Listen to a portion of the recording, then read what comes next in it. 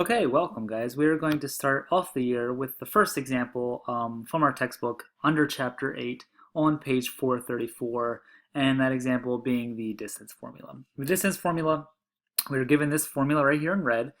This is not something you need to have memorized. However, it is something you guys have all seen before. You have done this in geometry, you've done this in algebra.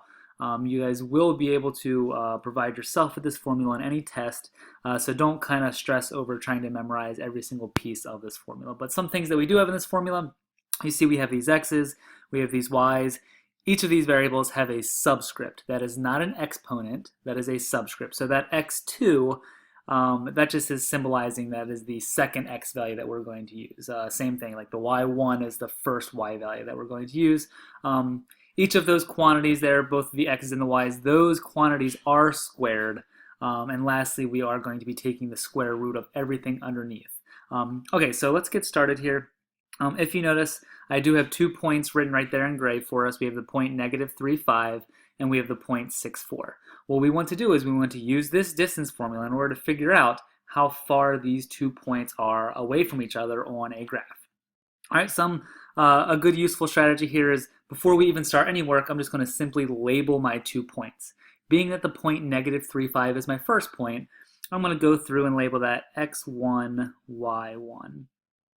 All right, the point 6,4 is my second point, so I'm going to go ahead and label that x2, y2. All right, now that we have both of our points labeled, we can jump right into plugging everything directly into my formula. All right, so I'm going to make this giant square root symbol, and I'm just now going to plug the numbers in where their variable is indicated. So my x2 value is going to be a 6. The subtraction sign in the middle is always going to be a subtraction sign, never change that. The x1 value is going to be a -3, so be careful with that. Square, there's always going to be a plus sign in the middle, parenthesis. My y2 value is a 4, and the minus always stays there. My y1 value is a 5, and do not forget about the squared. All right, now all we have to do is we just have to go through, and we can do 2 things here. We can either simplify it and then plug it into our calculator, or we can actually go right ahead and plug it into our calculator as it is. If you want to take it piece by piece, if we did type in everything under the square root into our calculator, we would actually see that we get the number 82. All right? So the last thing that we have to do is take the square root of 82. All right? Anytime we're finding the distance formula, one thing that every single answer has in common is that it is always a positive value. We should never get a number under the square root symbol that is a negative value, because distance can never be negative.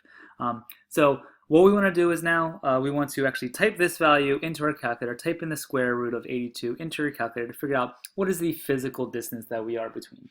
If we do that, all depending on where your textbook is telling you where it's round, we get a value that is about 9.1 units away.